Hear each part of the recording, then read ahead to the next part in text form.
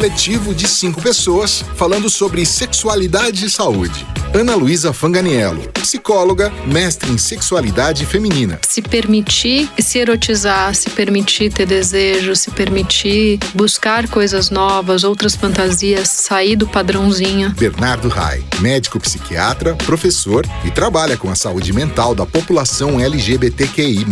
É possível ter uma vida sexual saudável sem seguir normas e padrões estipulados pelos outros. Tereza Imbiruçu, médica ginecologista e obstetra. A sexualidade não é sinônimo de coito. Não se limita à presença ou não de sexo de orgasmo. Marina Zanetti, psiquiatra e sexóloga. E na verdade todo mundo tem algumas fantasias que não necessariamente precisam estar sempre relacionadas ao outro como um todo. E que isso é individual, é algo que faz parte da natureza humana. Rafael Zene, psicólogo, sexólogo e educador sexual. Todo mundo tem um fetichinho, todo mundo tem uma vontadezinha. Eles são o Coletivo Ser. Bom dia, boa tarde, boa noite, coletivers. Tudo bem com vocês? Tão boas ou tão maravilhosas, hein? Sempre maravilhosas. Que legal, gente. Com essa abertura, como é que a gente... Bom, gente, já vamos começar. Maravilhosa. Maravilhosas. A gente já começa uma nova live para um novo episódio do podcast Coletivo Ser. Estamos muito felizes com o episódio de hoje, com a nossa convidada especial também. Simbora lá, então, falarmos um pouco a respeito do tema de hoje. Dando continuidade ao Black Lives Matter, né, esse movimento que foi iniciado esse ano e que não foi iniciado esse ano, né, mas foi dado mais ênfase esse ano. Demos continuidades, então, para explorar um pouco mais a questão da sexualidade negra. Hoje separamos uma questão também de violência sexual, que é um tema que foi bastante abordado e pedido, e com os recentes acontecimentos, né, que envolveram violência sexual em relação a crianças também. Decidimos, então, gravar esse episódio sobre a sexualidade negra, sobre a objetificação dos corpos negros e também abordarmos a questão de violência sexual. Bom, para isso chamei minhas amigas aqui. Tereza, pode se apresentar, amore? Oi, sou Tereza Imbiruçu, sou médica ginecologista e obstetra e atuo na área de sexualidade humana lá junto com o Projeto Afrodite na Unifesp. Olá, eu sou a Ana Fanganiello, psicóloga, psicodramatista e sexóloga também, e estamos aqui juntos, como sempre, maravilhosas. Vai, B! Olá, sou Bernardo Reis, sou psiquiatra, estou tentando arrumar um sinal bom de internet aqui para poder participar lindamente com vocês. E hoje não teremos a participação da nossa queridíssima Marina Zanetti, que teve problemas pessoais e não conseguiu estar aqui hoje. Mas um beijo. Um beijo, Má. Bom, e eu sou o Rafael Zene, sou psicólogo, sexólogo e educador sexual. E um coletivo, obviamente. Bom, gente, a nossa convidada de hoje é babadeira. A gente anda, né, arrasando nos convites. Bom, o nome dela é Mafone Odara. Ela é psicóloga, ela é gerente do Instituto Avon, colunista na revista Marie Claire, mãe, consultora e ativista dos direitos e diversidade. Seja muito bem-vinda, Mafone. Obrigada, Rafael, Tereza, Ana. Que honra estar aqui com esse time coletivo. Eu já me considero uma coletiva. Por favor.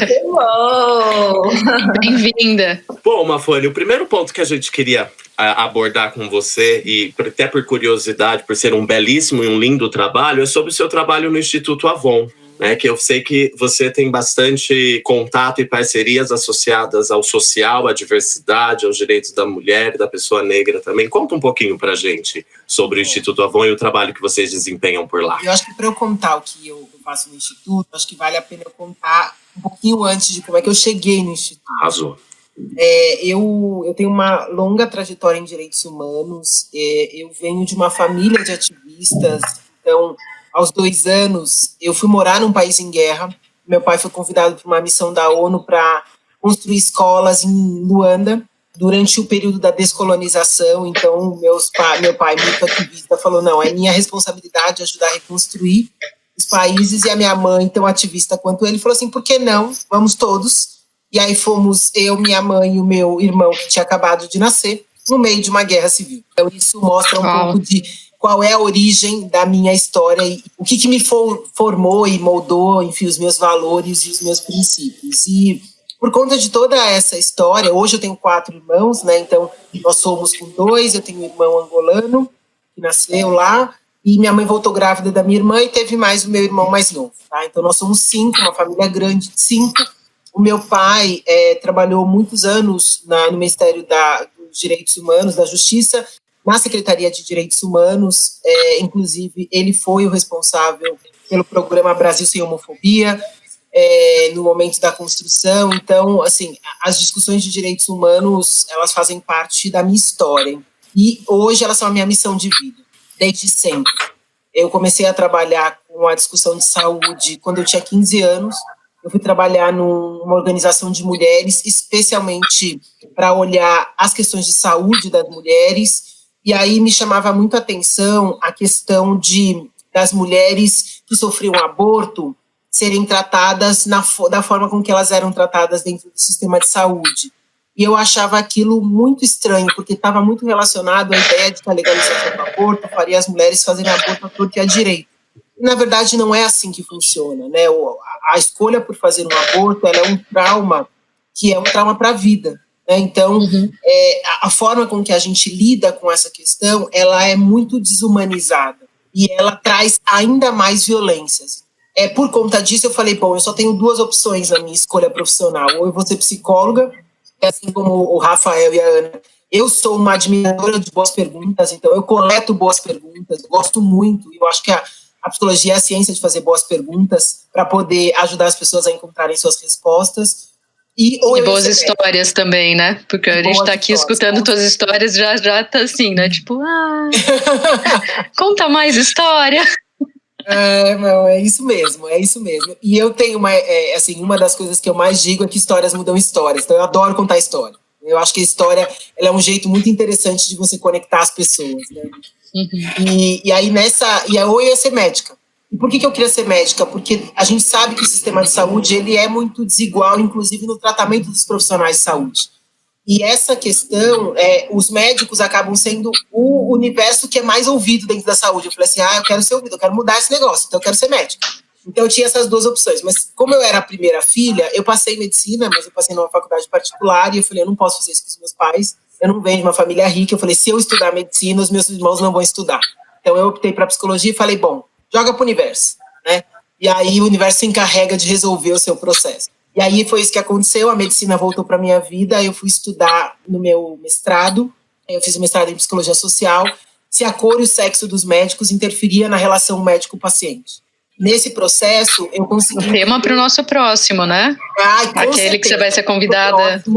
Porque vale muito fazer essa discussão sobre as relações, né? E sobre como é que a gente constrói, de fato, uma experiência ambulatorial melhor em relação aos pacientes e essa relação, de fato. E eu fico super à disposição para a gente conversar. E aí, nessa história, eu fui encontrando um caminho. E assim, desde muito cedo, eu diria, que hoje eu sei o nome que isso se dá, mas como a psicologia, ela sempre fez parte da minha vida antes mesmo de eu ser psicóloga. E hoje eu me denomino uma construtora de pontes. Eu tenho transitado em universos muito diferentes para poder trazer mais pessoas para as conversas difíceis.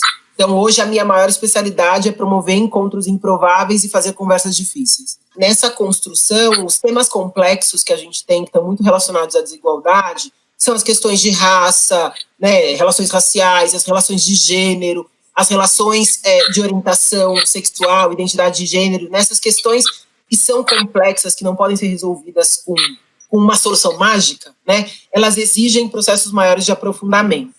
E aí, nesse lugar, eu vinha trabalhando muito dentro das organizações sociais para fazer essas transformações no universo público, principalmente, né? Dentro das políticas públicas, como é que a gente constrói políticas públicas que efetivamente transformem a vida de cada uma das pessoas. E se você constrói políticas universais, a gente sabe que a gente promove a desigualdade e não a equidade, que é o que a gente deveria buscar quando a gente pensa no SUS, né? E aí, nesse processo, eu comecei a ver que não dava para fazer essa discussão sem as empresas. Então, eu trabalhei a minha vida inteira, mais de 20 anos, dentro da área social, E eu migrei há 5 anos para o mundo corporativo para começar a fazer discussões como essas dentro do universo corporativo. E quando eu cheguei na Avon, 5 anos atrás, uma coisa me chamou a atenção. Eu conseguia contar nos dedos de uma mão o número de empresas que genuinamente conversavam sobre temas difíceis, como é o enfrentamento da violência. E eu ouvia coisas, por exemplo, mas violência é problema de polícia, mas briga de marido e mulher não se mete a colher, mas aqui todo mundo é tratado igual, mas assim, depois que entra na empresa, assim, tá tudo certo, a gente tem que continuar tratando as pessoas do mesmo jeito, porque assim, é tudo igual. E aí, essas relações, elas vão gerando desigualdade, porque a história vem antes da gente, né? Os processos que a gente tem no Brasil, a gente vive num país que é desigual, um país que é violento, e se a gente não assume isso como um ponto de partida, a gente não consegue fazer a transformação para que ele não seja o ponto de chegada. Para que o ponto de chegada seja, sim, um processo de humanização, de reconhecimento das oportunidades iguais para todos os indivíduos que vêm de lugares diferentes. Nesse exercício, eu chego no Instituto para exatamente liderar a área de enfrentamento à violência contra as mulheres, porque a gente entendia que isso era muito importante ser feito, e de um jeito que não era simplesmente fazer palestra, porque essa é a complexidade do problema. Ela exige que a gente tenha respostas para ajudar a ampliação de consciência das pessoas, mas ao mesmo tempo ajudar que as pessoas ajam diante dessa ampliação de consciência. Bom, agora eu sei, e aí, o que eu faço com isso? E também, se ela for buscar ajuda, que a ajuda seja adequada, que também é um outro problema que a gente vê. Então, se eu não consigo fechar o ciclo, eu não consigo chegar mais longe. E aí o meu trabalho no Instituto Avon foi construir uma estratégia que de fato movesse a agulha em relação ao enfrentamento da violência. Por que o enfrentamento da violência quando você está falando de uma empresa que é uma empresa que trabalha pelo empoderamento da mulher? É exatamente por causa disso. Primeiro, porque ninguém empodera ninguém, né? As pessoas se empoderam, as mulheres se empoderam. O nosso papel é dar as ferramentas certas para que isso aconteça. E uma das ferramentas fundamentais é quebrar as barreiras da violência, porque os ciclos de violência impedem o empoderamento. Então, se eu não quebrar esses ciclos, eu não consigo fazer as pessoas poderem sonhar, construírem planos. Então, eu não consigo nem visualizar a possibilidade, porque eu não consigo visualizar um horizonte. E a visualização de um horizonte vem quando você consegue quebrar ciclos de violência, nas mais diferentes formas, tá? Então, esse tem sido o meu trabalho. E aí, para ampliar essa discussão, a gente começou a ver, bom, não é possível que eu conseguisse contar nos dedos de uma mão as empresas que reconhecessem que a gente tem um problema, né? E aí, será que é só a gente que tem esse problema? Obviamente que não é, né? A Avon, Magazine Luiza, a Marisa, enfim, não são essas empresas, ou Einstein, que eram os hospitais, eram as empresas que já tinham alguma coisa há 5 anos atrás. O que a gente começou a ver é que as outras empresas também tinham. E nesse exercício tem uma coisa super importante que vocês vêm trabalhando, né, porque eu fiquei acompanhando, né, os trabalhos de vocês, que é como é que a gente encontra a melhor linguagem para poder falar com os diferentes públicos. Porque senão você constrói um muro em vez de construir uma ponte. E esse é o exercício. A gente pode falar qualquer coisa. A gente só não pode falar do jeito que a gente quer e na hora que a gente quer, né? Então, esse aprendizado, ele é super importante. E eu comecei a ver isso dentro das empresas. E eu falei assim, gente, não é que as empresas não queiram falar sobre isso, elas não sabem por onde começar. E aí, finalmente, no ano passado, a gente, enfim, né, isso faz muita diferença, uma liderança engajada faz muita diferença. O nosso antigo presidente falou assim, não, eu quero, isso aqui agora é minha bandeira. Aí ele saía com a pastinha embaixo do braço, ele parecia um evangelizador, né? A gente falava. Ele falava bom dia, as pessoas falavam assim, você já ouviu falar da coalizão empresarial pelo fim da violência contra mulheres e meninas? E as pessoas até achavam que era um robô, né? Porque ele virou, assim, absolutamente obcecado por trazer outros CEOs para essa discussão. E aí a gente criou, no ano passado, essa coalizão, que na nossa... A minha não, porque eu sou uma pessoa muito otimista, eu sou uma pessoa meio megalomaníaca, eu acho que a gente tem que fazer a transformação no mundo. Ponto final, né? E a gente está falando de 8 bilhões de pessoas, é isso que a gente tem que transformar, só isso. Eu também! Ótimo. Então estamos no mesmo time. Então, e as pessoas acham que isso é meio louco. Megalomania. Bem, gente, eu sou louca mesmo, é isso mesmo, é assim mesmo. Estamos no mesmo time, time. Adorei. E aí, nesse caminho, a gente, as pessoas começaram a duvidar, será, mas vamos lá, vamos com calma, vai umas 20 empresas, 30 empresas. Eu falei assim, gente, as empresas querem falar. Vamos fazer um bolão. Aí fizemos um bolão, eu falei, vai ter 100 empresas no lançamento, gente. Aí eu falei, Mafone, não, né, menos. Aí eu falei, gente, será? Eu acho que eu tô otimista demais, não devia estar assim, né? Aí um falou 20, outro falou 15, outro falou 30. Aí eu falei assim, tá bom, gente, não vai ser 100, vamos colocar 69, tá? Porque vocês já falaram, tá bom, tô otimista demais. Tinha 140 empresas no dia do lançamento. Olha, eu acho que eu teria chutado 75. Tá vendo? Né? E aí, mas você tá no meu time, entendeu? No time que tá mais perto do 100, não no time que tá mais perto do 10, né? Número quebrado sempre tem mais chance de parecer verdade. Eu chutaria uns 87, sabe? Aí, viu? Mafone, você tem que ver que, assim, os coletivos, né? Nós somos todos megalomaníacos. A gente precisa admitir isso. Eu também acho. Acho, né, que a vida fica mais fácil quando a gente admite isso, tá? Exato. A gente não sofre mesmo, entendeu? Porque... Fala, é isso, eu quero, vamos chutar pra frente, a gente sempre é ótimo, maravilhoso. É isso mesmo, é bem por aí. Tem uma frase do Birri, né, que ele fala sobre a utopia, né? Que quando você chega, ela avança mais 2 passos. Aí, quando você dá os 2 passos, ela avança mais 10. E aí, quando você avança mais 10, ela fala assim, o que é utopia se eu não consigo chegar? Ela existe exatamente para você continuar caminhando. Essa é a nossa ambição, né? Quando a gente se pensa exatamente quem é um ativista em direitos humanos, não pode pensar menos do que isso, menos do que o ideal ou aquele imaginário que a gente gostaria, porque senão a gente não consegue avançar. E isso nos trava. Então, eu tô com você, Ana. E aí, nesse exercício, a gente percebeu que era super legal. E aí, hoje, especialmente hoje, eu não sei quando vocês vão nos ouvir, mas dia 29 de agosto é o dia que a gente completa 1 ano de coalizão, com resultados incríveis, com transformações incríveis feitas dentro de empresas extremamente conservadoras, duras, e a grande maioria delas com muitos homens. Então, e isso, inclusive, foi uma das coisas bacanas que aconteceu nesse ano. Muitos homens entraram na discussão. Não como homens que defendem as mulheres, mas como os homens que têm que conversar com os camaradas, com seus parceiros, para dizer, cara, o que você está fazendo não é bacana. Então, eu acho que o meu trabalho, basicamente, dentro do Instituto, é poder ajudar as empresas hoje a ampliarem a sua consciência e o cuidado com as suas colaboradoras e colaboradores, porque é isso, a violência, ela está, inclusive, né, no grupo, e é muito importante a gente saber que dentro da empresa a gente tem mulheres que sofrem violência e homens que são autores de violência. Então é super importante que a gente consiga falar sobre isso. Eu venho trabalhando para ampliar o apoio às organizações sociais, que têm feito um trabalho fundamental de ampliação de consciência, de inteligência, de apoio às mulheres e também de conhecimento. Então, o Instituto vem trabalhando sempre pesquisas muito importantes voltadas para o enfrentamento da violência. Nossa, arrasou, que experiência. Achei muito interessante também todo o background antes.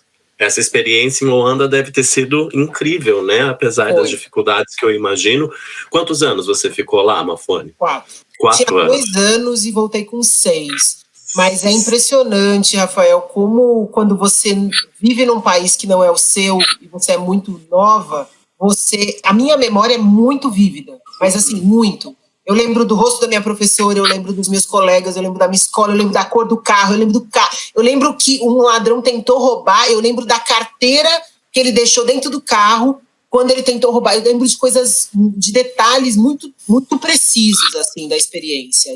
Eu lembro de coisas, realmente, assim, o supermercado só abre de sábado, de crianças comendo raio. Eu lembro de coisas muito fortes, assim, que depois eu ressignifiquei na adolescência, porque quando você é criança você não entende muito, né? Algumas coisas para você não... O que é? Por que uma criança come rápido, né?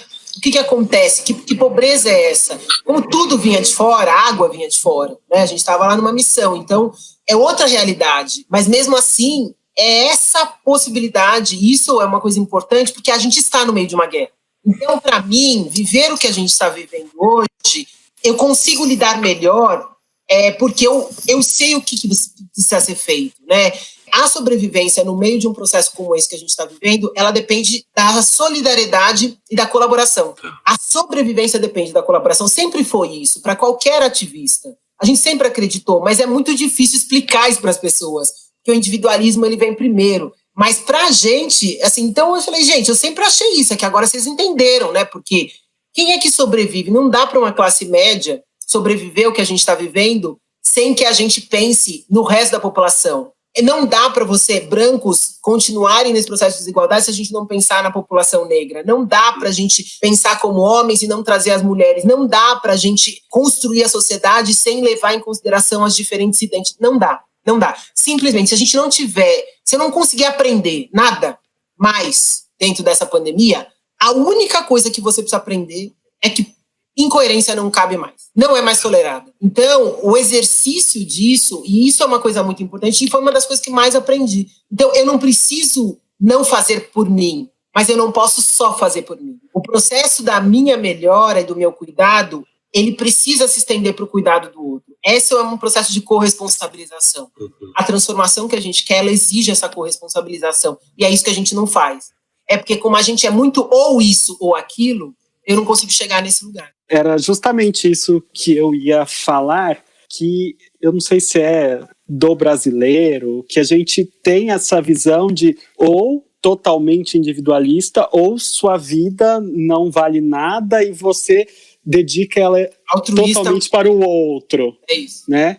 O que eu tenho percebido ao longo do tempo, e a necessidade mesmo da gente encontrar um equilíbrio, e dos institutos como o Instituto Avon, o pessoal dos direitos humanos, pessoal que luta também pela questão de gênero e orientação sexual e tal, encontrar esse equilíbrio, e cada vez mais isso a gente tem visto, só que também tem uma barreira na sociedade, né? Porque essa corresponsabilização é algo que mexe com estruturas muito sólidas, né? Sem toda a razão. Então, vamos aí, mexe né? com medos, né? Eu acho que aí entrando na parte psi, né?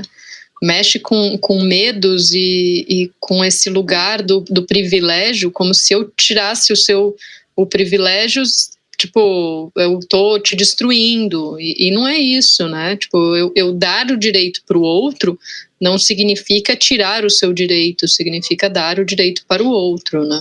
Acho que isso também precisa, isso também precisa ser entendido.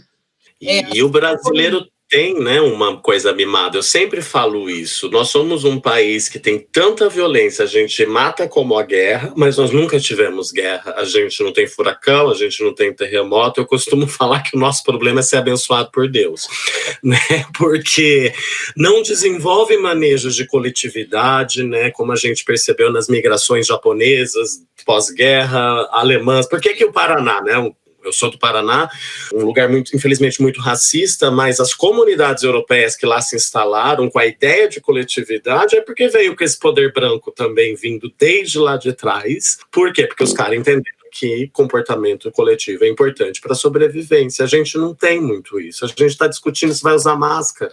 A gente está discutindo ainda pautas que poderiam ser mais... Mas será que isso não seria da educação básica também? Às vezes eu fico me perguntando de uma forma assim, como mudar essa visão que nós temos, né?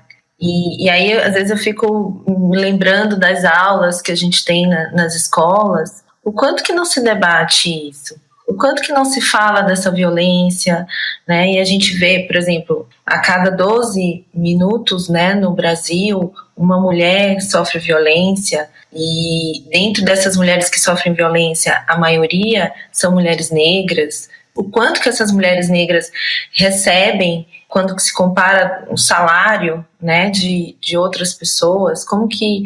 Então, assim, eu não sei, eu não lembro de ter passado por discussões desse tipo dentro da escola, dentro do processo fundamental. Eu acho que eu fui ter acesso a isso depois que eu entrei na faculdade. E mesmo assim, né, faculdade de medicina é uma faculdade bem conservadora, tradicional, etilista E elitista. Os dois. Etilista. Eu acho que foi um ato falho, mas a gente vai manter aqui o ato falho. A gente pode depois eu apresento para vocês uns estudos do professor Dartil sobre o consumo de substâncias no curso de medicina, tá? Para justificar a fala da Tereza. Horrível, Tilisa, saiu natural, né? Saiu. Perfeito. Então, eu não sei, sabe, Mafani, que você acha, assim, do que a gente encontra nessas escolas, dessa formação que a gente tem? Tem toda a razão, tá, Tereza? Eu acho que tem é que nunca é só uma coisa, mas o grande problema, eu diria, é que, assim, a gente vai construindo todo problema complexo, ele parte de um lugar que é o modelo mental. Então, imagina o seguinte, imagina um iceberg. O problema da violência, ele tem uma pequena ponta do iceberg que fica do lado de fora e uma enorme camada do lado de dentro. O que é essa enorme camada? O que a gente consegue enxergar é o que é a ponta do iceberg. Mas para baixo disso, tem 3 níveis super importantes que precisam ser trabalhados. Um primeiro deles é que tudo isso que a gente está conversando, se a gente pegar um exemplo, a gente consegue fazê-lo ser multiplicado por 1000. Então, se eu dou um exemplo, como o Rafael falou, sobre a garotinha de 10 anos que sofreu todas as possíveis formas de violência, existem milhares de outras garotinhas como ela. Milhares. Não é centenas ou dezenas, são milhares. E a gente não sabe. Que aconteceu exatamente a mesma coisa, a gente não ficou nem sabendo. Isso é o que a gente chama de padrão de comportamento. O comportamento em relação à violência, ele se repete. E ele se repete com os diferentes grupos, né? Então, quando você vai olhando qual é a característica, é uma garota pobre, de uma comunidade pobre, negra, de uma família empobrecida, com pouca escolarização, com poucas oportunidades, com pouco acesso à garantia dos seus direitos. Então, essa forma se reproduz, né? Por que esse padrão acontece dessa forma? Porque existe uma estrutura que foi feita para não funcionar. Vamos pensar o seguinte, vamos pegar esse mesmo exemplo. Na Constituição brasileira, o único lugar permitido como pleonasmo é quando se fala sobre crianças. As crianças são prioridades absolutas pela Constituição. Prioridade é prioridade, ela é sempre absoluta. Mas na Constituição, ela é reafirmada como prioridade absoluta. O que a gente fez com essa garotinha? Exatamente o oposto disso. A estrutura, embora ela esteja na Constituição como prioridade absoluta, ela foi jogada a absolutamente todos os lugares, menos a prioridade. Posso só fazer um parênteses? Eu acho que podia voltar para falar, tipo, essa garotinha de 10 anos que foi estuprada pelo tio e que engravidou e que teve toda essa questão do aborto.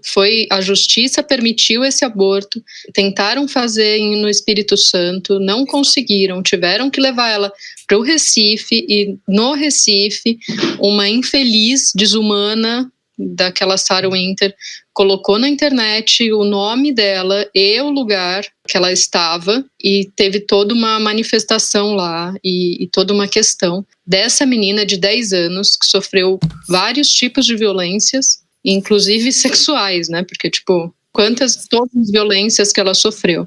Desculpa o parênteses, Eu achei ótimo, acho ótimo. Para a gente trazer a história e o contexto, né, de por que essa discussão é importante, né? Então, você imagina o seguinte, uma estrutura, e aí vamos falar sobre a estrutura. A estrutura que devia funcionar é a estrutura familiar, a estrutura da justiça, a estrutura de saúde, que foi montada para atender, né? Então, a justiça foi construída para reduzir as desigualdades. A saúde para garantir a saúde, que é mais do que a ausência de doença. A família, que era para poder dar essa sustentação. Os amigos, a rede de proteção, para colocar essa menina no centro e focar no agressor, né? Então, esse é um cuidado na questão da violência. O centro tem que ser a mulher ou a menina, e o foco tem que ser no agressor. O que significa isso? Ela tem que ser protegida, cuidada, acolhida. E tudo que a gente fizer é exatamente para não chegar nela. Toda essa estrutura que foi, na teoria, montada para fazer isso, fez exatamente o oposto. Então, a estrutura ela não é construída para isso. E agora sai uma resolução que complica ainda mais todo esse processo que já é difícil de poder olhar. A gente tem uma subnotificação em relação à violência sexual que é de 93%. 93%. Então, assim, já era complexo, agora sai uma portaria para complexificar aquilo que já era complexo. Então, essa estrutura, ela gera um padrão de comportamento que... Fala um pouco qual foi essa portaria. Então, a portaria, eu não vou lembrar o nome agora, acho que é do... Não precisa. 96. Então, assim, o que a portaria traz? Que agora toda solicitação de aborto que é decorrente de um estupro, ela precisa ser notificada à polícia, e a polícia é quem vai fazer a autorização e todo o processo, a abertura do processo para conseguir garantir a autorização para essa menina, para meninas ou mulheres poderem fazer abortos que são decorrentes de uma situação de violência. Então, vejam bem, tudo que a gente faz na violência é exatamente para a gente não cair na judicialização. A violência não é um problema de polícia. Não é um problema de polícia. Ele é um problema da sociedade. E como problema da sociedade, ele precisa ser endereçado pela sociedade. Quando ele cai na judicialização, ele cai na última porta que deveria chegar. O sistema de saúde é o sistema que está ali para cuidar e guardar. Eles não deveriam ser sistemas que fossem um dependente do outro. Só deveria chegar na polícia quando nada conseguisse ser resolvido. Porque a gente não chama a polícia para tomar café. A gente chama a polícia quando tudo deu errado. Aí a gente quer que a polícia resolva o que ninguém resolveu. Aí a polícia não consegue resolver, a gente fala, é por culpa da polícia, que a polícia que tinha que ter resolvido. Não, a gente não fez nada. A sociedade não fez nada até chegar lá. Então agora a gente está dizendo exatamente isso. Olha, é o seguinte, a gente vai continuar não fazendo nada, ela vai continuar sofrendo violência, inclusive agora a gente só vai poder agir se a polícia agir. E é exatamente o oposto do que a gente deveria fazer. A judicialização da violência faz com que a gente tenha ainda mais dificuldade de lidar com ela. Faz com que a gente tenha aquela ideia que, então, para uma mulher que vai pedir ajuda ou que vai relatar uma violência, o que ela tem que fazer? Denunciar. E a denúncia, ela é o processo que só pode acontecer quando ela estiver fortalecida emocionalmente. Só que a gente não se preocupa com isso. Ah, não, a questão aí é denunciar. Não, é super importante denunciar, com certeza. A vida dela vai ficar melhor? Vai. Mas não vai ficar mais fácil. E para ela lidar com o que não vai ficar fácil, é fundamental que ela tenha uma musculatura emocional. Como é que se adquire musculatura emocional? A saúde é que vai cuidar disso. Então, assim, sem esse processo anterior, não existe processo de libertação da violência. É aquilo que a gente... E sem um processo de um trabalho anterior, que é o seguinte, a gente vive numa sociedade que é empobrecida. A gente tem aí 2/3 da população brasileira que não vai conseguir sair da pobreza. A gente está falando que, assim, sem as condições e necessidades básicas, eu não consigo nem pensar na minha saúde emocional. E sem a saúde emocional, eu não consigo nem pensar no processo de libertação. Aí o que a gente está falando? Olha, é o seguinte, quando você chegar lá, passar por todos esses estágios que eu estou falando, e chegar lá, é o seguinte, eu vou precisar que a polícia entre em ação. E a polícia também, que tem toda uma questão de despreparo, né? Então, e aí, assim, a questão não é a polícia que realmente... E é mais uma violência, ela né? não está preparada para lidar com isso. Porque não é o papel dela. Então, assim, a gente também tem que colocar as coisas para a gente também não culpabilizar processos que não foi... Agora vocês não resolveram, agora vocês querem que a gente que não está preparado resolva? Aí a gente fica sendo responsável. Aí, de novo, a estrutura sistêmica foi feita para não funcionar. E, aí, essa polícia que vem dessa mesma estrutura, né? Claro! Tem isso. Então, a escola veio dessa estrutura, a polícia veio dessa estrutura, a saúde veio dessa estrutura, todo o sistema foi construído para não funcionar. Por que e aí vem por quê? E aí chega exatamente onde você falou, Tereza. Existem modelos mentais. O modelo mental construído faz com que a gente tenha algumas ideias. Eu vi aqui que a Laila, né, que inclusive é a responsável pelos projetos agora de violência no Instituto, a Laila trouxe uma questão que é, a gente não se coloca como parte do problema. O problema são os outros. Eu sou ótimo. Não, o problema é sempre os outros, né? E a gente só esquece que a gente é o outro de alguém. E aí o modelo mental faz o quê? Ele faz com que eu me desresponsabilize pela transformação que eu quero ser. Então eu falo assim, não, eu já disse para ela que ela tinha que separar. Eu vou lavar minha mão, porque assim, não quer separar? Eu avisei para ela. Como se fosse uma coisa muito simples, né? Mas porque se fosse eu, sabe, Tereza, eu teria me separado. Não teria, né? É isso que a gente não consegue entender. E como é que a gente muda isso? Quando a gente vai aprendendo, dentro do nosso processo evolutivo, na nossa educação, a colocar limites. Eu sempre trago essa história, porque eu acho que essa história... A portaria aqui. Não, então, essa portaria que a Laila colocou é a portaria que estabelece que o estupro, ele precisa ser feito. O que eu estou dizendo é a portaria que saiu agora, essa portaria desse ano. Eu vi ontem, eu acho que é essa daí que você falou. Foi ontem mesmo. Eu queria trazer que é o seguinte, quando eu tenho 2 filhos, né? O Modric tem 6 anos. Quando ele tinha 2, ele começou com a história dos nãos, né? É a história que a criança começa a falar não. Amo. Conheço bem, porque a minha tá com 2. Então, né? Tudo é não. E aí eu falei assim, tava irritada, cheguei no pediatra, eu falei assim, não aguento mais essa criança dizendo não. Tipo, ele tem 2 anos. 2 anos, como é que eu vou aguentar essa criança? Até daqui. Aí ele falou assim, então, Mafane, ele tá dizendo não pra você pra dizer sim pra ele. Eu nunca mais reclamei dos nãos do meu filho. Porque, de verdade, esse é um problema que a gente tem, porque a gente vai desautorizando as crianças e aí chega numa fase em que ela precisa dizer não e a gente fala, agora você tem que dizer que não é não. E aí a gente fala assim, mas a minha vida inteira você disse que não era pra dizer não, agora você quer que eu diga? Então, assim, é tomar muito cuidado de como é que a gente faz esse processo. A gente fala assim, beijo o tio. Dá um abraço na criança. E a gente vai criando essas situações, e aí quando a criança não faz, a gente acha que o problema é ela.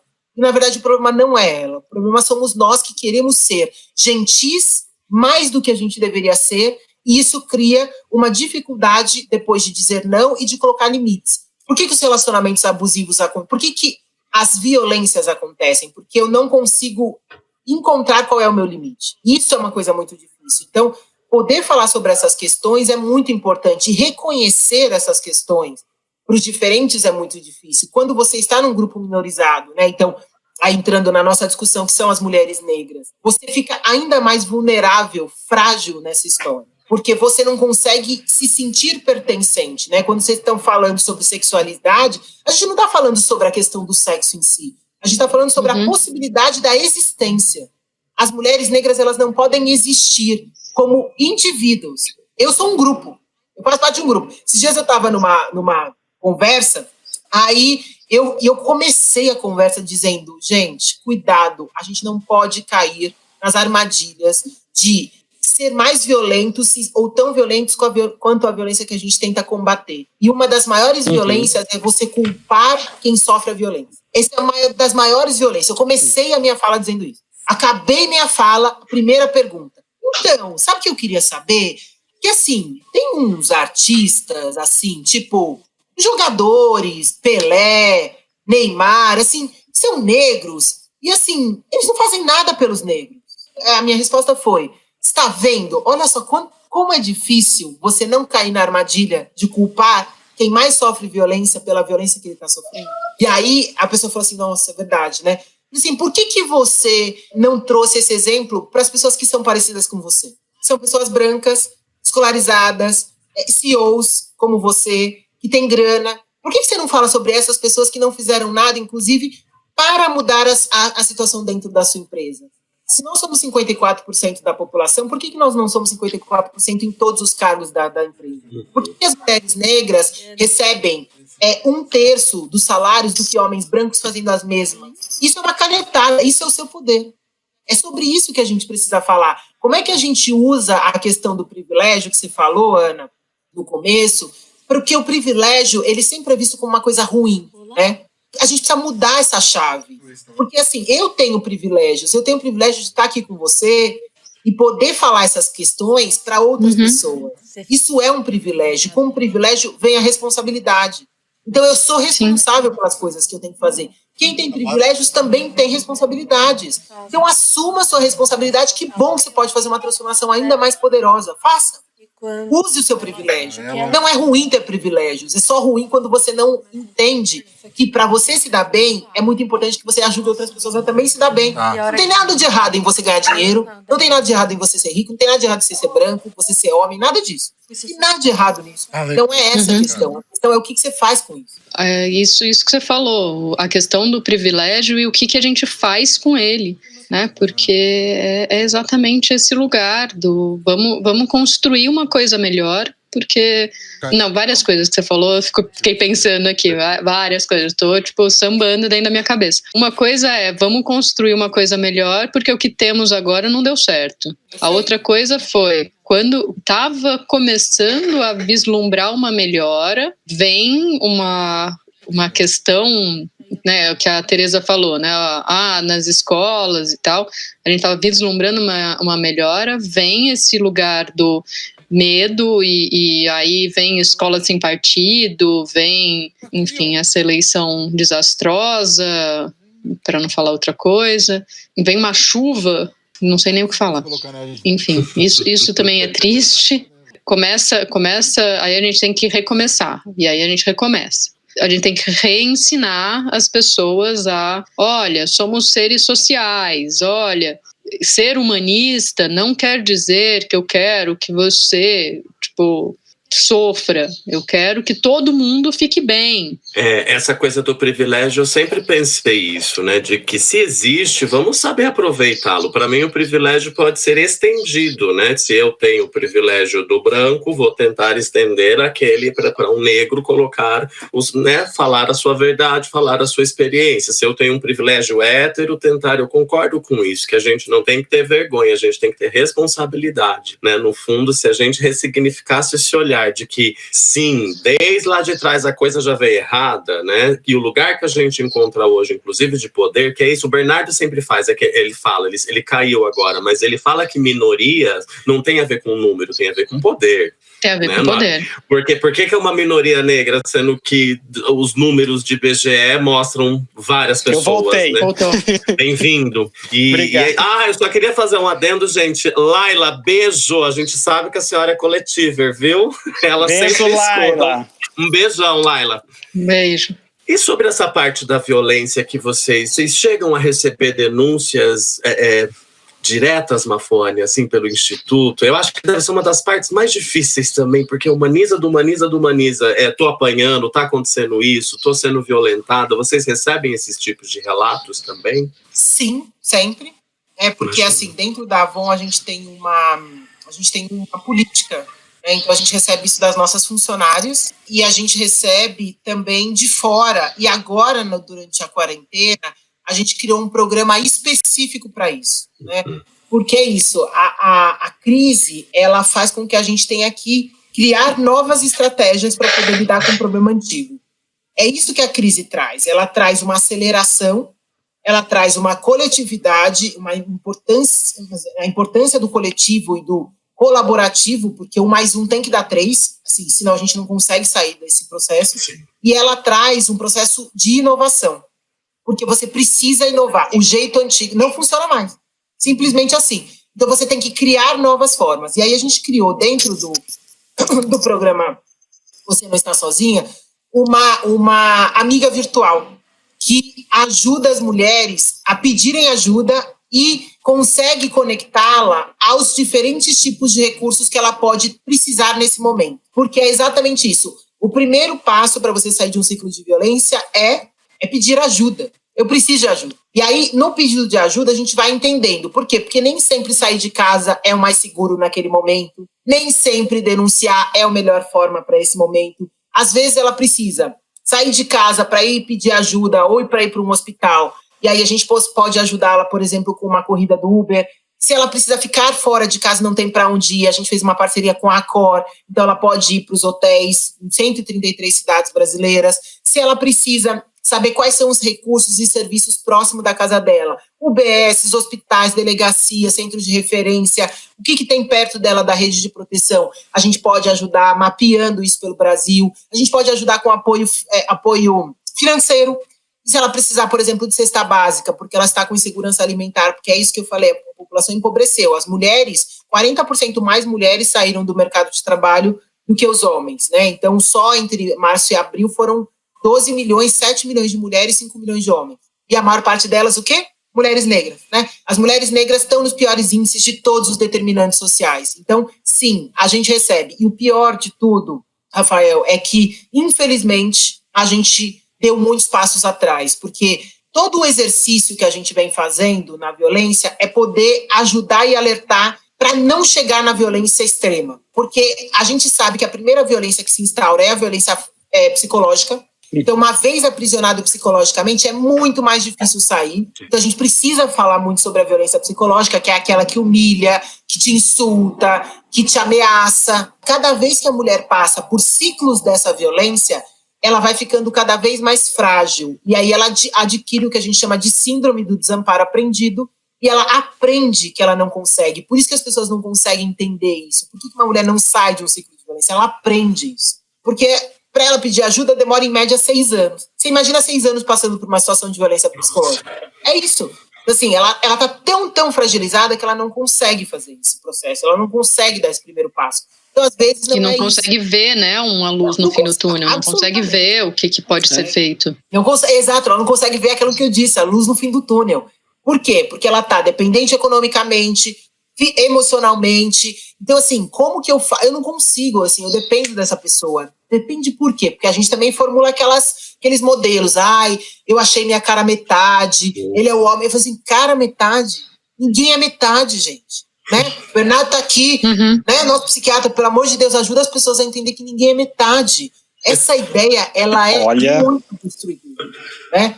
É puxada essa ideia, viu? E eu e o Rafa, a gente tem vários pacientes em comum.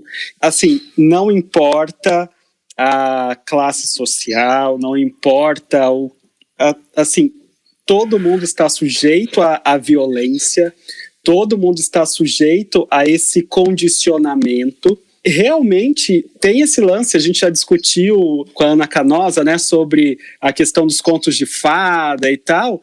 As pessoas, elas têm a ideia idealização. A idealização de relacionamentos e de que precisam, né, de outras pessoas para serem inteiras, né? É bastante complexo isso. E a gente deu muito espaço para trás, aí agora eu vou para a minha militância. Hoje eu vou roubar a sua militância, Ana. A gente deu muito espaço para trás. E quando eu li Handmaid's Tale, a primeira vez eu fiquei assustado, e foi antes das últimas eleições. Eu falei assim, nossa, estamos quase nisso, né? E para mim agora eu tenho certeza que estamos nisso. A gente voltou há alguns séculos, eu acho. Então o negócio está feio e a gente precisa se unir, corresponsabilizar. Se humanizar. Né? Eu acho que é se humanizar. Gente, se humanizar. E trabalhar melhor a individualidade para não chegar nisso. Mas, novamente, daí, como que acessa essa menina negra que mora numa periferia, a gente falar de individualidade, se empodere e tudo mais, né? Sendo que as mídias, os filmes e tudo mais, que essa educação que, no fundo, acaba prevalecendo, repete esses mitos, né? Repete esses parâmetros. Essa ideia de cara metade eu concordo plenamente também. É impressionante, né? A tampa que me completa. Eu acho isso, fala amor, mas você já tá tão quebrado, então, assim, que precisa de uma tampa do outro para te completar. Não é melhor você levar a tua tampa para fazer, daí chegar? Tem aquele livrinho, né, que eu acho ótimo, até a gente indica, porque ele é tão clichê, mas porque clichê funciona às vezes, né? Aquele da bolinha que sai buscando. Aquele que a Jojo falou no filme. A parte que falta, a parte que falta. Eu achei fantástico, aquilo é um princípio lacaniano, inclusive, né? Que Lacan diz, a gente não pode se completar, porque senão o aparelho psíquico se destrói. Se a gente se completar, no fundo, a gente enlouquece, né? O problema é as ideias que a gente vai criando ao longo do tempo do que eu acho que me complete. Se é um macho, se é uma girl, se é um casamento, se é filho, e às vezes as pessoas nem se questionam tudo para esse vazio. Tem uma outra questão que, quando a gente fala também da questão do macho e nos relacionamentos lésbicos, como é que fica isso? Nos relacionamentos gays, como é que fica essa questão da violência que vem muito forte. Só que, como não é o meu lugar de fala, como disse uma paciente minha uma vez, ela é LGBT, ela disse que eu sou cartola do LGBT, então eu assumi esse lugar. Eu não jogo, mas eu fico ali, ó, só no... É simpatizante. Só na cartolagem. E isso também é muito importante, pensar, né? Como que eu olho para o outro, como que não é só o homem que é o violento, como as relações podem ser violentas, essa é uma coisa. E a outra coisa, quando a Mafuane falou de ter um hotel, de ter coisas que são coisas concretas, eu acho que isso é muito, muito legal. Isso é essencial. Recurso, né? Recurso, exato. Quando você fala de violência e as possibilidades que você consegue tirar essa pessoa para falar, eu tenho algo concreto que eu posso te dar, porque é isso, eu vou passar fome. Não, você não vai passar fome. Eu não tenho lugar para ir. Não, você tem um lugar para ir. Você vai estancando certas coisas para dar uma assistência, para dar um empoderamento para aquela pessoa, né? Isso que eu ia até comentar, porque lá no ambulatório, por exemplo, de sexualidade, que a gente atende mulheres, né, com queixas sexuais, muitas vezes, quando você vai ver, as queixas sexuais estão relacionadas a algum processo de violência que ela está sofrendo em casa, né? Às vezes, alguma, como você falou, violência psicológica. Quantas frases a gente não ouve de, assim, absurdos, né? Que os parceiros... No meu mestrado tem um monte, né, Tê? Então, são frases assim que você para e fala assim, nossa, onde que está a autoestima dessa pessoa? E aí você vê que são coisas que estão muito interligadas, né? Então ela chega ali no ambulatório com essas queixas sexuais, angustiada, sofrendo, só que quando você vai ver, tem uma história de alcoolismo, tem uma história de violência verbal, violência física, psicológica, e muitas vezes o nosso papel ali como médico, como profissional que está atendendo, às vezes é tentar levantar fazer com que ela tenha essa autoestima, né? Para que ela enxergue a situação. Então, eu achei muito legal quando você falou dessa parte prática, que a Ana até ressaltou agora, porque às vezes falta isso, às vezes você senta com aquela mulher e diz assim, tá, mas você não trabalha. Você gostaria de trabalhar? O que você gostaria de fazer? Como que é e tal? Mas às vezes falta essa assistência prática mesmo. E o tanto de paciente que a gente já quis levar para casa, né, Tereza? Que a gente atende junta no mesmo ambulatório. Tipo, aproveitando essa pauta também, eu já tenho até uma curiosidade que eu gostaria de jogar pra gente discutir com a Mafone. Vamos pensar na mulher negra, essa posição que chega, né, às vezes, muitas vezes com a questão da violência e de que muitas pessoas, né, gente, acho que vale até como o nosso lugar de psicólogos falarem, muitas pessoas não têm noção que está passando violência muitas vezes. Nessa construção inicial da psicológica, nessa construção, né, até chegar numa violência física e sexual que vai ampliando, muita gente não tem essa noção. Eu tenho uma impressão, daí agora baseado em atendimentos que eu fiz de algumas mulheres negras, que é desde a escola uma construção de identidade inferiorizada, né, e machucada, porque estão nas estatísticas de bullying contra meninas negras é muito grande, o padrão de beleza que vai desde de pele, cabelo e mídia mostrando só um bando de mulher magra branca, me faz lembrar até aquele videozinho daquela menininha quando viu a Maju. Vocês já viram esse videozinho, gente? Quando ela vê a Maju na TV e ela fala, gente, é meu cabelo. Eu falei, meu Deus, uma criança de 3 anos que pode se ver, não tem, né? A nossa geração não tinha bonecas negras, não tinha o quanto isso, Mafone, agora bem psicologizona mesmo assim, o quanto isso também contribui, né, dessa construção de uma identidade que chega lá na frente e acha que tem que tolerar ou não se vê na posição de poder sair dessa porque eu não posso ficar solteira ou ninguém vai me querer. Ou porque acha que só pode ter aquilo, né, que só tem esse tipo de amor. Ou que aquilo é amor. Faz sentido, Mafone? A gente tem 3 pontos importantes aí na sua fala, tá? Eu vou destacar.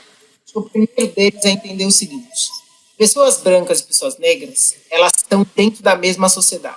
E a gente aprende que ser negro é ruim. A construção da identidade negra, ela passa por etapas muito parecidas do que a construção da identidade branca, tá? Então, eu vou falar um pouco sobre elas, porque eu acho que isso ajuda. Por favor. A trazer. A construção da identidade negra começa o seguinte: ninguém nasce negro, tá? A gente se torna negro. Um dia alguém diz pra você que você é negro. Como? Chama de macaco, fala que seu cabelo é cabelo ruim, que o seu cabelo é duro, que é de bombril. Aí você fala assim, nossa, mas eu não sou igual a todo mundo. E aí você começa a buscar o que é ser negro. Aí você vai estudar. Aí você vai começar a ler, você vai começar a frequentar lugares, ou você vai ouvir histórias, enfim. Esse processo dessa escuta abre a sua consciência sobre Então ser negro passa por determinadas formas de discriminação. Aí o que acontece? Primeiro, um ódio, você fala assim, quero matar todos os brancos, porque isso foi o que eles construíram sobre mim. Ou você passa a se odiar, né? Porque eu não quero ser isso. E esse processo é o processo que a gente chama de negação ou de raiva. E aí, com isso, a tentar encontrar um lugar de existência. E aí você começa a falar assim, nossa, mas o Rafael é branco, mas ele é legal. Nossa, a Tereza é branco, mas é legal, fala umas coisas interessantes. Né? Então você fala assim, peraí, nem todo branco é igual, nem todas as experiências são iguais, então peraí, tem que diferenciar um pouquinho, né? E aí você começa a fazer um processo de harmonização. E aí até que você chega a entender quem é você, quem é o outro, e começa a aprender a diferenciar, que é quando você atinge o processo de autonomia. Tá? É assim que a construção da identidade negra funciona. O que acontece? Você pode nunca chegar na fase de não ser o marrom bombom. Isso pode acontecer, porque ela é uma fase muito dolorosa. Então, essa negação, ela pode acontecer durante uma vida toda. Pode ser que você nunca saia da fase que é a fase mais radical. Pode ser que você demore muito para sair dessa fase radical. E pode ser que você passe muito rápido e vá para uma outra fase. Esse processo é muito diferente com cada negro. O que a gente faz? A gente coloca todo mundo no mesmo lugar. Aí a gente fala assim, não, porque os negros que eu conheço, eles são todos radicais. Não são. Mas a gente coloca todo mundo no mesmo lugar. Porque as falas, sabe o que eu acho? Que vocês precisam ser assim, um pouco mais, sabe, assim... A gente tá todo mundo aqui, gente, é tudo um ser humano, né? Então, assim, a gente tenta fazer um processo que é, primeiro, de colocar todo mundo no mesmo lugar e outro que é o seguinte, assim, não, Mafone, assim, você não é negra, você é assim como a gente, assim como vocês. Não, assim, eu tenho uma história de... Não, Mafone, não precisa falar tanto assim, não precisa ressaltar tanto essa questão. Por que você quer ser tanto, assim, sabe, a líder dos negros? Precisa, assim, você tá num lugar, não precisa, né? Ainda mais eu que tô num lugar dentro de uma multinacional, você começa a... E as pessoas me adoram, não é uma questão... É como se elas precisassem negar quem eu sou para que eu pudesse ser aceita pelo grupo, né? Então, isso é uma coisa que acontece. E aí, o que acontece com a identidade negra? Não tem caminho de volta. Uma vez que você descobriu que você não é marrom bombom, que você não é mulata, que você não é moreninha, você não tem como voltar. Não dá mais para vocês falarem assim, Mafone, então, porque você é uma mulata. Quando eu escuto isso, ativa um lugar que assim, você fala, ai meu Deus, doeu. Não tem caminho de volta. Então isso é muito difícil, porque é muito doloroso viver tudo isso, porque você passa a perceber todas as situações de discriminação que você passa. Tá? Então isso é a construção da identidade negra. Vamos para a construção da identidade branca. São os mesmos passos. Alguém algum dia fala assim, querido, então, Rafael, você é branco. Não, eu não sou branco. Eu sou assim, eu sou normal. Né? Então assim, é o que eu mais escuto, né? E é uma tentativa de tentar tirar desse... A mesma coisa com ser homem, sim. O ser homem, no meu mestrado eu pergunto isso para os médicos, né?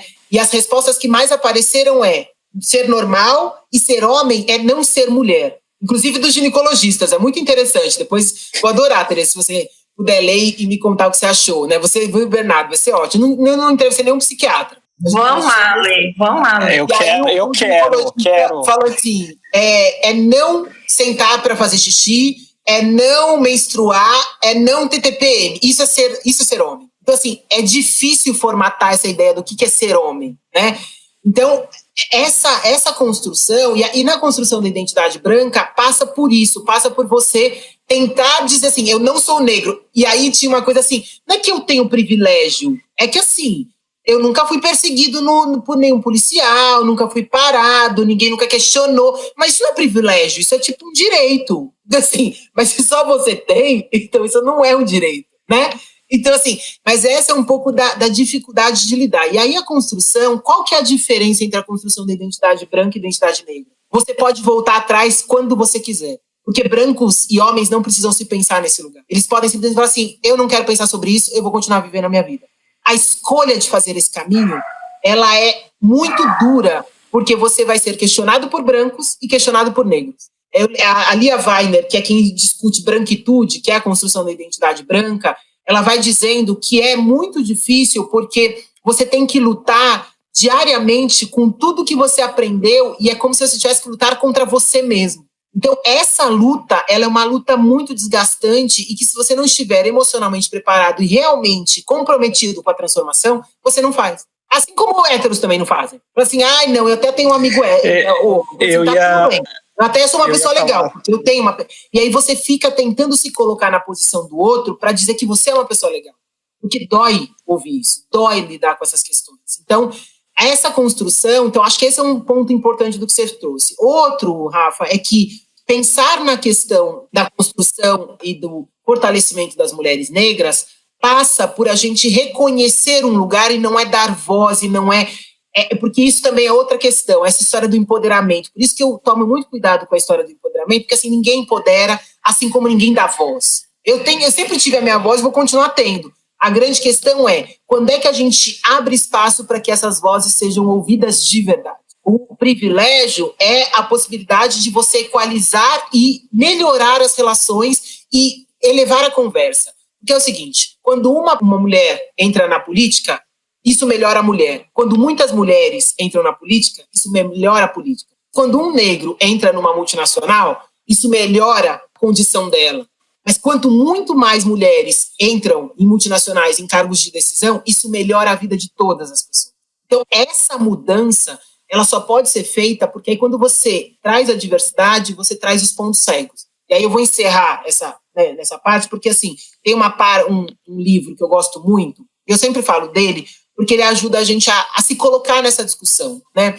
A gente está falando sobre solidão da mulher negra, sobre como a gente objetifica as mulheres, e é muito importante a gente saber quem é a gente nessa história, porque senão a nossa tentativa é sobre um lugar que não é nosso. E isso não ajuda a outra pessoa e não ajuda a gente a ser melhor. Então, o Mandela, quando ele assumiu a África do Sul, ele tinha a fácil missão de acabar do fim do apartheid, recuperar e reestruturar a África do Sul. Estava tranquilo o processo dele lá, né? Sim, os brancos se odiavam, né? Os brancos odiavam os negros odiavam os brancos. O país absolutamente arrasado e ele precisava reconstruir. E aí ele chamou um cara que ajudou, chama Adam Kahane. Ele tem 2 livros que eu recomendo muito que vocês leiam. Amor e Poder, que ele fala dessa relação intrínseca entre essas duas questões. E o segundo livro que eu gosto muito é Trabalhando com o Inimigo. Como colaborar com quem você não gosta, desconfia ou discorda. Tá tranquilo, a gente também não tem esse problema não, né, gente? Mas se a gente tiver, é bom que a gente leia. E aí, tá de boa. Tá de boa, viu, Rafa? Tá tranquilo. Aqui, inclusive, ó. Né? Aqui tá todo mundo pensando igual, todo mundo vem do mesmo lugar, né? E aí ele fala o seguinte, a primeira coisa é que você precisa ter pessoas muito diferentes de você, mas que tenham os mesmos objetivos. O que ele queria dizer?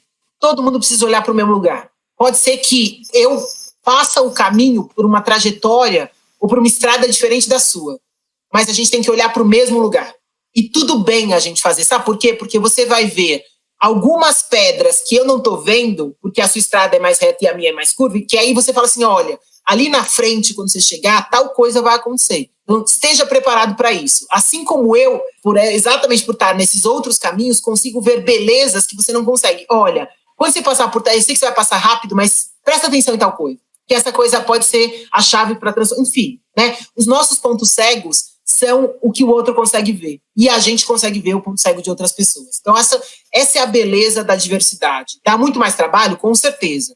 Mas a gente vai muito mais longe porque a gente consegue prever possíveis problemas nesse caminho. A segunda coisa que ele diz é que o diálogo não é uma disputa de tênis, onde eu ganho e você perde. Ele é uma cerimônia de chá onde você constrói consensos. E a construção dos consensos, ela parte de bases que são iguais. E no final das contas, quando a gente fala sobre o desenvolvimento e a importância da gente olhar para as mulheres negras, é porque eu estou falando simplesmente da base da pirâmide.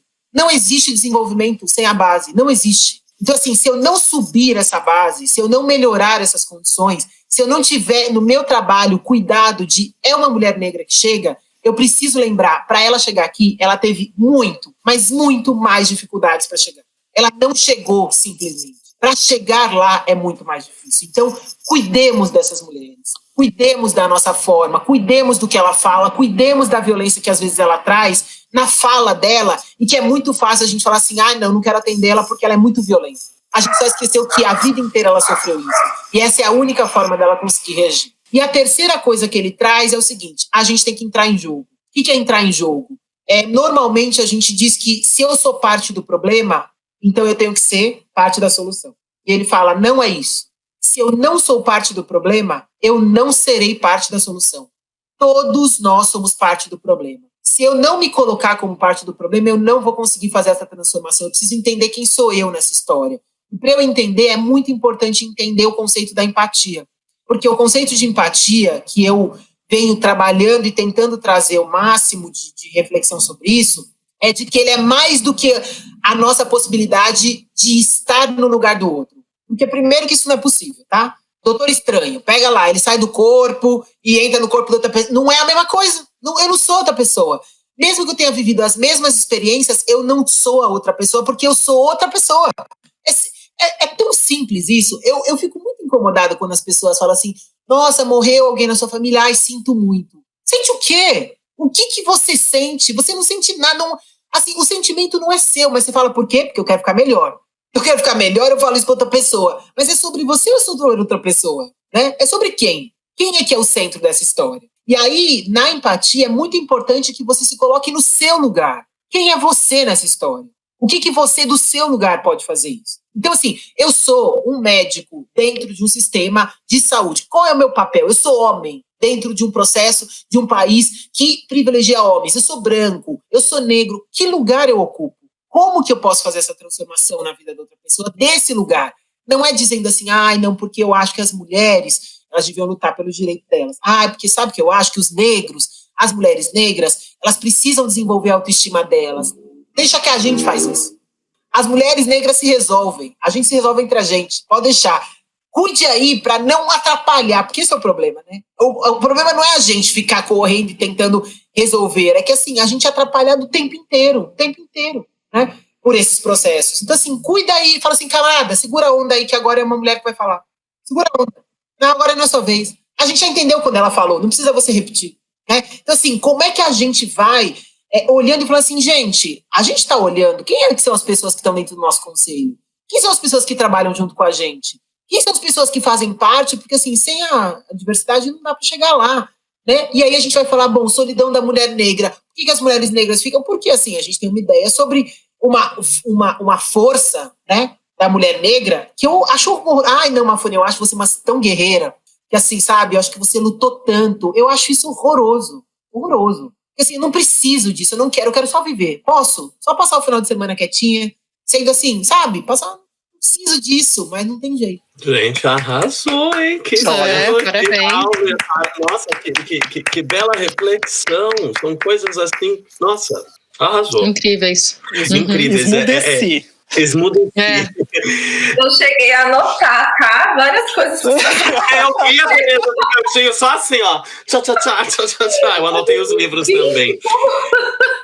Sabe, eu acho que o Bernardo ia comentar no mesmo... Acredito-me que você ia comentar a mesma coisa que eu pensei nessa construção, agora trazendo a identidade LGBT. Clinicamente falando, né, a gente desenvolve aí uma homofobia internalizada em razão de um estresse de minoria, né?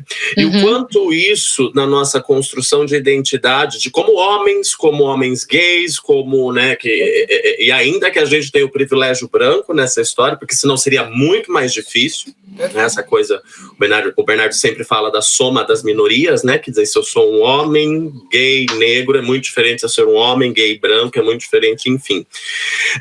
Eu me identifiquei muito nesse lugar dessa construção violenta a respeito de si mesmo a partir de um discurso violento do outro. Mas eu amei a parte quando você fala realmente não é da voz, a voz já existe. Dá o palco, né? Dá o microfone, arrasou. Fiquei... Dá o lugar para falar.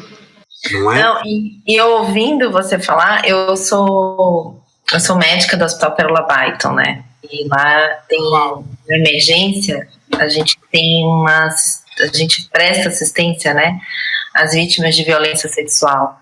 E aí você foi falando, e essa questão da postura do médico, de não atrapalhar, eu fiquei assim, pensando, gente, será? Como que eu sou? Então eu acho que a partir dessa semana, né, eu acho que foi muito importante você trazer essa reflexão também, né, do nosso atendimento, de quando que a gente está diante de uma pessoa que é vítima, qual é o nosso real papel ali, Eu tinha um aluno, um jovem aprendiz que trabalhava comigo, e ele fazia psicologia. E aí ele se formou e ele me ligou uns meses atrás, falando assim, Mafane, eu estou trabalhando numa delegacia da mulher.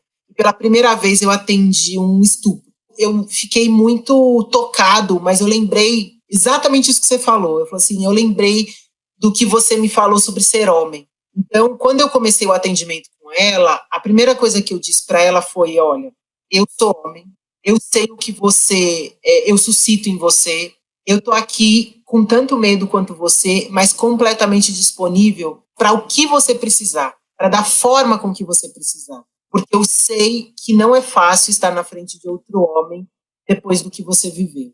Então, eu quero que você me tenha como a pessoa que vai te ajudar a dar o próximo passo. E esse próximo passo é você que vai decidir o que vai ser. Se você quiser só chorar, se você quiser só que eu esteja do seu lado, é isso que eu vou fazer. E aí, eu fiquei tão orgulhosa dele, porque ele se colocou na posição de frágil, de vulnerável, porque é muito importante. Ele falou, ela mudou a expressão corporal quando eu disse isso. E foi muito importante ter mudado, porque não era sobre mim, era sobre ela. E eu aprendi. Então, eu acho que é isso, sabe? Assim, você, né, quando você conta a sua experiência, você é médica de um hospital, que enfim, né? Que bom que é você que está lá, que bom que você está no Pérola Byton, porque ele é o nosso hospital de referência. E quando você pensa, é muito importante, porque os médicos, eles são semideuses. E essa era a minha conversa com os médicos. Vocês precisam saber da responsabilidade do que vocês falam. Porque uma fala de um médico, ela tem um poder de Deus. Isso é muito ruim. E eu lembro isso quando, de novo, assim, o pediatra dos meus filhos, eu adoro, o Kaká. E ele fala isso, porque assim, quando eu fui, mesmo com todo esse processo de empoderamento, quando você é mãe de primeira viagem, aí você fala assim, então, tem que dar chupeta? Então, você quer dar chupeta?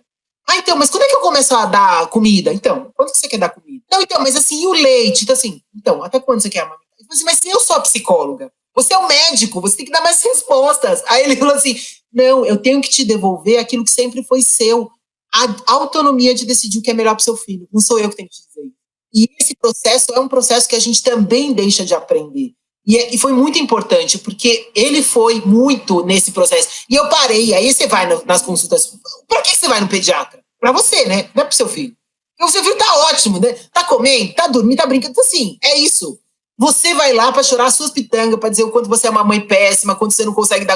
Então, assim, é para você o pediatra, não é para ela, né? Então, esse processo, e aí ele começou a fazer, ele faz grupos de pais, e aí eu comecei a perceber, aí, né, você vai fazer as análises psicológicas, é exatamente isso, é para os pais, e a gente vai desaprendendo por algum motivo, a sociedade vai desautorizando e vai dando autoridade para quem não é de direito de fazer isso, ele está ali como o seu auxiliar para aquilo que for a decisão melhor para você, e ele vai te dizer, bom, essa decisão que você tomou, então vamos por esse caminho para te ajudar a conduzir melhor, é isso, né? A gente inverte os negócios aí. Sim, eu acho que foi perfeito. Eu acho que a gente pode encerrar por aqui, porque depois de tudo isso, esmudecemos. E, a gente precisa parar para gente, eu adorei isso. Esmudecemos, coisa do Bernardo, ele adora inventar uma linguagem, adoro. Neologismos, né? Graciliano Ramos mandou um beijo. Tem duas coisas que eu gostaria de enfatizar, só que achei muito interessante da gente voltar. Um foi que eu gostei do teu conceito de empatia, Mafô, porque eu também penso isso. Empatia não é se colocar, não é porque o nome disso é transtorno disassociativo, né? Quando você descotiza e tá no lugar, fica linda no lugar do outro, então você tá precisando de um psiquiatra, amor, daí pra gente equilibrar as coisas. E a outra, sobre a importância do não. Eu tava guardando até mais pro final quando você citou da criança. Gente, eu adoro essa fase do não, porque eu não sou pai, então eu não tenho o meu, eu sei que é difícil pra vocês. Exatamente, eu estou exatamente nesse lugar, então, tipo, eu também adorava essa fase do não. Mas minha filha, nesse momento, tá na fase do não. É importante porque se a gente for reparar na teoria do desenvolvimento humano e do psicomotor, do psicodesenvolvimento, o não é a primeira palavra que a criança compreende o seu real significado. Por enquanto era mãe, é um lance de chamado, eu sei que responde, me dá, São coisas que o não é a primeira palavra que o ser humano realmente compreende. Caralho, quando eu falo não, ela não coloca aquele chinelinho que me aperta. Quando eu falo não, eu não preciso consumir aquele brócolis que eu não gosto, entende? Então, a importância realmente da gente ensinar as crianças, sim, elas podem falar não. E por que você não quer? Questionar, para não ficar, os nossos consultórios hoje, o que tem mais de queixa é a dificuldade de colocar limite. É isso. Entende? Perfeito. Então, vamos deixar as crianças, ensiná-las. Não pode dar tudo também, né? Porque a Bonita tá falando não que pode também, né? Mas mostra, é a primeira vez que essa criança tá entendendo o que é palavra, né? E não é não, arrasou ali. E é isso que eu ia só trazer de volta, que eu achei interessante. Eu tenho uma história minha, que quando eu era pequena, eu chegava e os meus pais, ainda bem, tinham algo esotérico na cabeça deles, que eles entendiam coisas. Eu chegava assim, em festinha da família e tal, e eu falava assim, hoje eu tenho um beijo. E vocês se viram. Tipo, não vou dar beijo em tio, não vou dar beijo em... Sorteio. Vocês que lutem. Eu vou usar isso sempre agora. E eu falava isso, hoje eu tenho um beijo. E aí chegavam pra ele, tem inclusive uma gravação, tipo, a Ana falou que hoje tem um beijo. Meu pai falando, eu tenho só um beijo hoje. E eu só dava um beijo. Era um beijo que eu tinha. Era pra minha avó, beleza, não dava mais beijo em ninguém. Aquela reunião cheia de gente que você tá com preguiça agora com essa coisa crônica. Né? O Bernardo disse que só gosta de beijar que ele quer a bochecha gelada pra começar a dar beijo, Nossa, né, Nossa Senhora. Mas meu sonho ficar bochecha quente. Gente, eu queria entender o que é aquela bochecha gelada, mas depois a gente discute isso. Porque tem umas tias que ficam com a bochecha gelada, não sei se já repararam. Mas isso é muito preenchimento. Não é. É aquela trama de metal que elas colocam internamente. Assim. Deve ser. E tem mais uma coisa que eu tenho um pouco de vergonha, mas já que estamos aqui, vou contar. A Mafone vai ficar com vergonha de mim, mas tudo bem. Quando eu era pequena, o meu bisavô era negro e eu sempre convivi com essa história. Então, quando eu era pequena, eu achava que eu era negra. Por muito tempo, assim, até uns 5 anos. E eu falava para as pessoas que eu era, tipo, não, porque 12,5% do meu sangue é negro, então eu sou negra, então eu luto pela, tipo... E assim, hoje em dia... Militando. Exato. 5 anos militando ali, achando que, tipo, era um absurdo tudo aquilo que acontecia com os meus pares, e hoje em dia, tipo, eu já entendo tudo isso e continuo lutando pela humanidade. Mas é bonito devidamente no meu lugar. Mas é bonito para mostrar o olhar da criança, que é a criança sem o preconceito ainda, né? Não, assim, Ana, eu acho que essa é uma outra questão, né? Porque todo diálogo, que é um diálogo sobre relações sociais, ele não pode cair nesse lugar onde a outra pessoa se sinta humilhada ou com medo ou com receio de poder colocar essas questões, né? Porque senão a gente não consegue evoluir, né? Então, acho que essas reflexões, elas são importantes para entender, fazia sentido porque você tinha 5 anos, porque a sua associação tinha a ver com da onde você vem e tá tudo certo. E ela não é uma associação falsa, tá? Porque a construção racial, ela não é só genotípica, também ela é fenotípica, e ela é uma construção que é cultural. Então, a construção de ser negro tem a ver com como você vivencia a negritude, né? E tava tudo certo para você, porque a sua vivência em relação à negritude naquele momento era isso.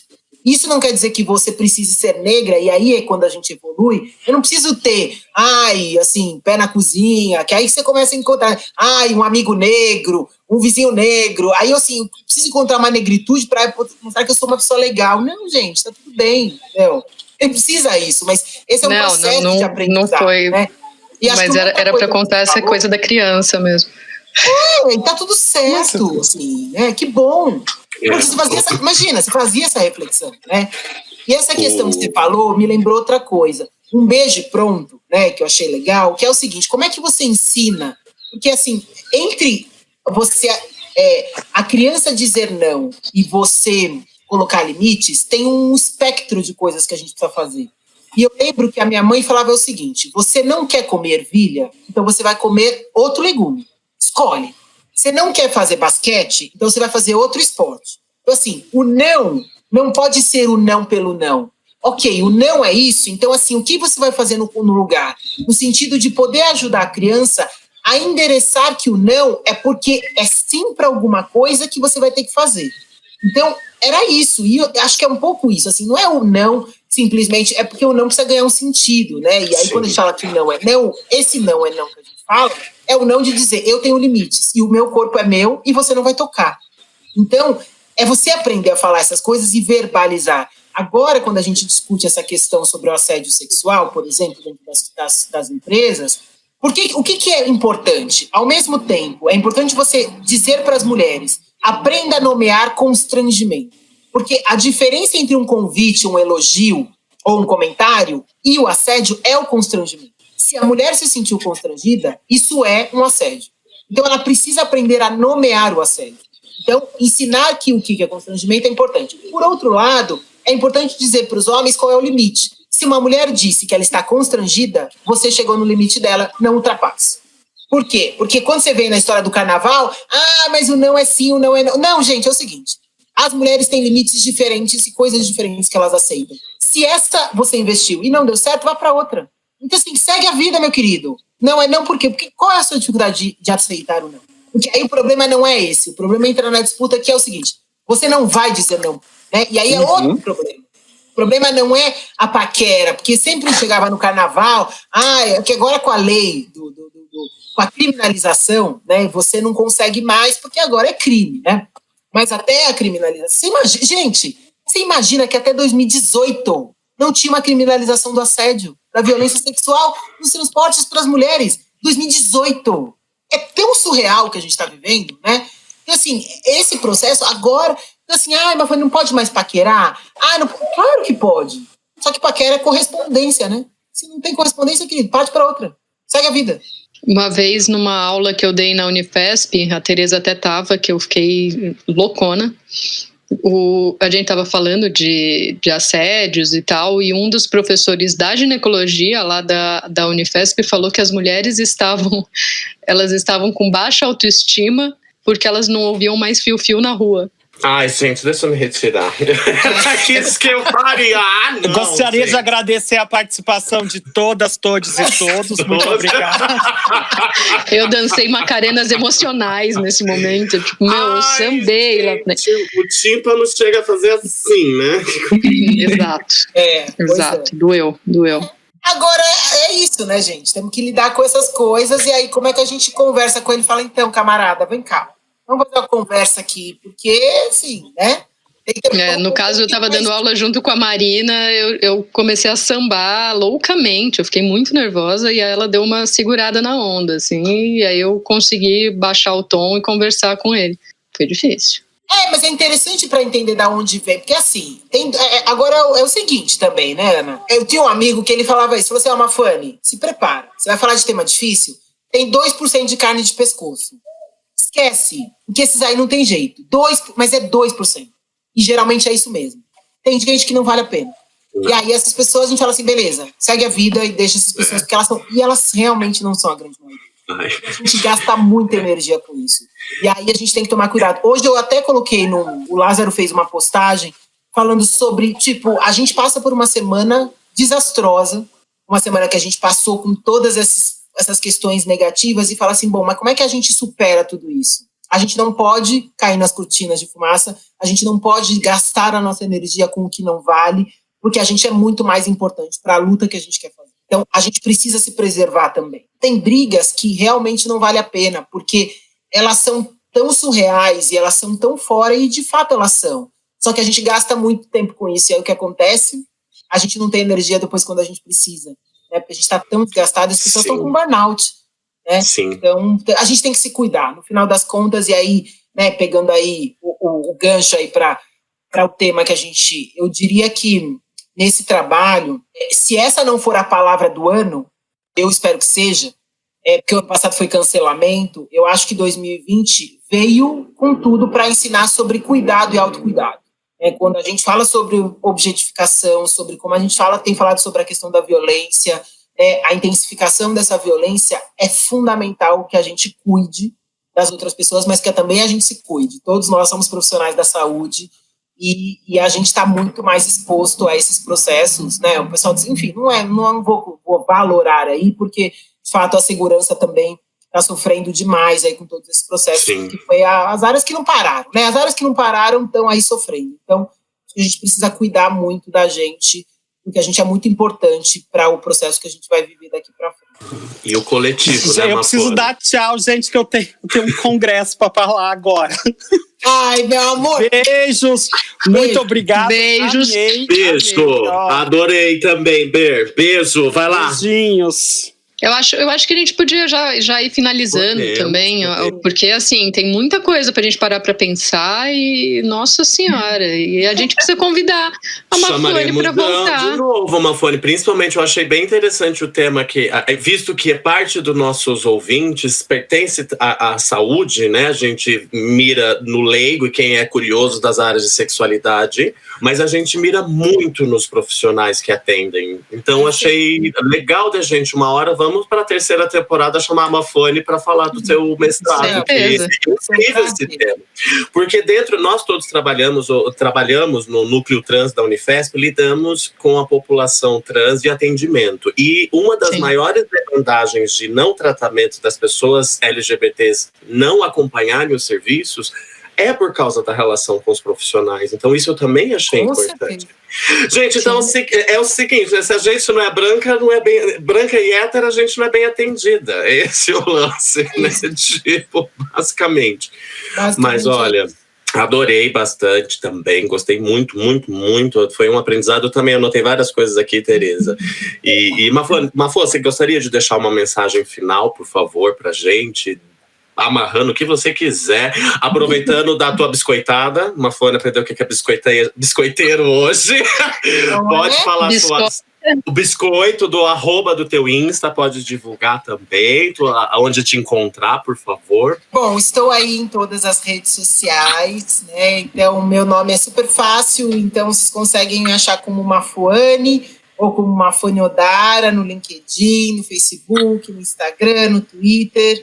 Estou aí seguindo a minha jornada e a minha missão de vida, que é enfrentar as desigualdades e reduzir as desigualdades. Eu acho que essa tem que ser a nossa missão, né? E aí eu acho que o que eu deixo de mensagem é que a gente se corresponsabilize por essa transformação, do jeito certo, né? Não corresponsabilizando o que o outro tem que fazer, mas se vendo nesse papel, se vendo no seu lugar, né, olhando para o que eu posso fazer diferente a partir de amanhã, olhando para o que eu posso fazer diferente das pessoas que estão próximas a mim, sejam os profissionais, seja a minha família, porque a gente, infelizmente, acaba esperando que alguma coisa muito ruim aconteça para a gente falar assim, puxa, devia ter feito alguma coisa.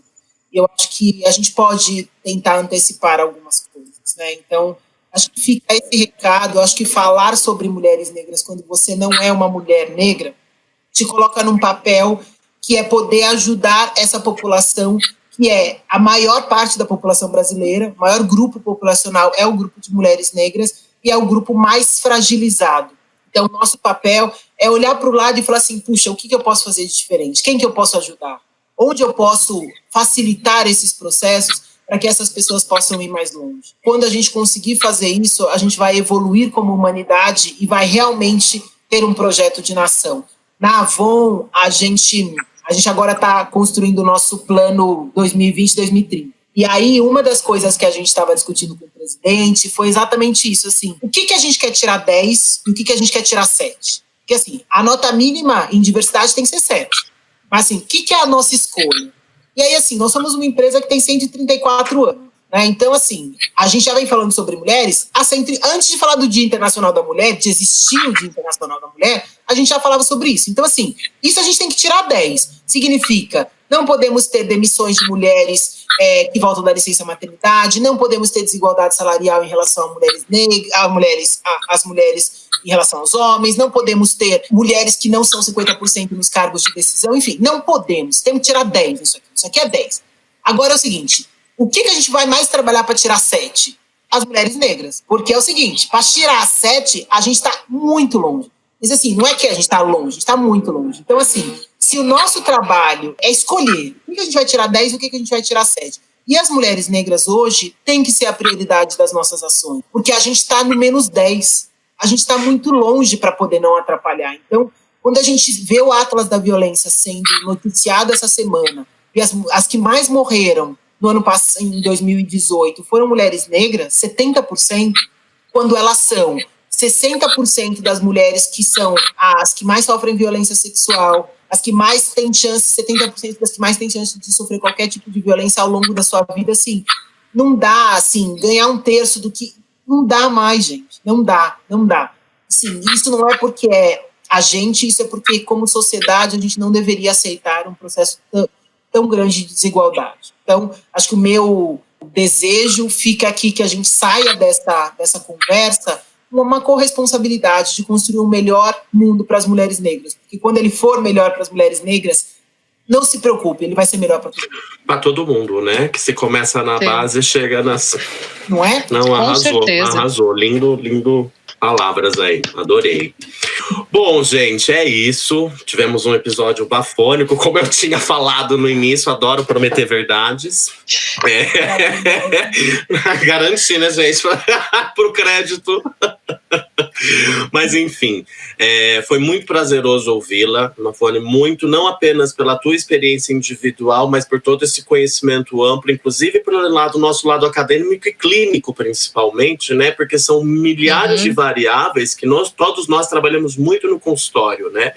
E lidamos dia a dia com histórias e tudo, então foi importante pensar muito a respeito. Agradeço novamente a Dani e a Laila por ter feito a ponte e ter conseguido que as coletivas nossas do coração conseguisse contato com você para você ver. E agora vai virar, né? Já escrevem pra gente, eu adorei isso. Tipo, já escreve aqui, né?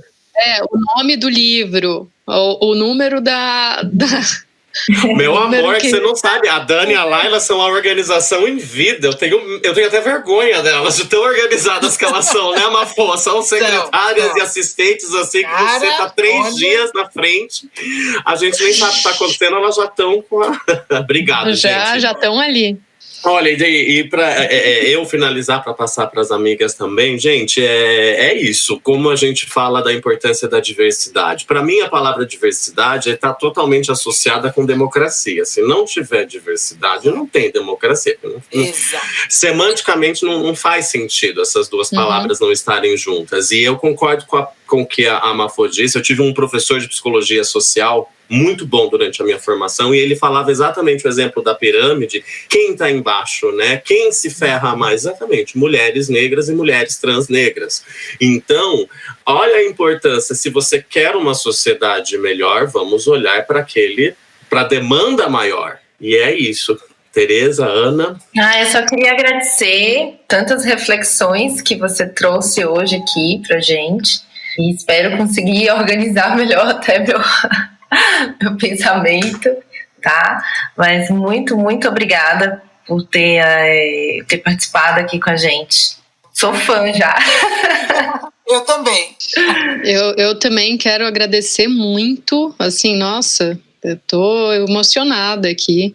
Foi lindo, cada comentário, cada fala. Muito obrigada por ter vindo e não tem nem que falar. Não, também acho. É um congresso daqueles que a gente paga caro para ouvir. A hora que a gente teve hoje. Daqueles que a gente sai apaixonada, né? Tipo, sai tipo suspirando, falando que bom, né?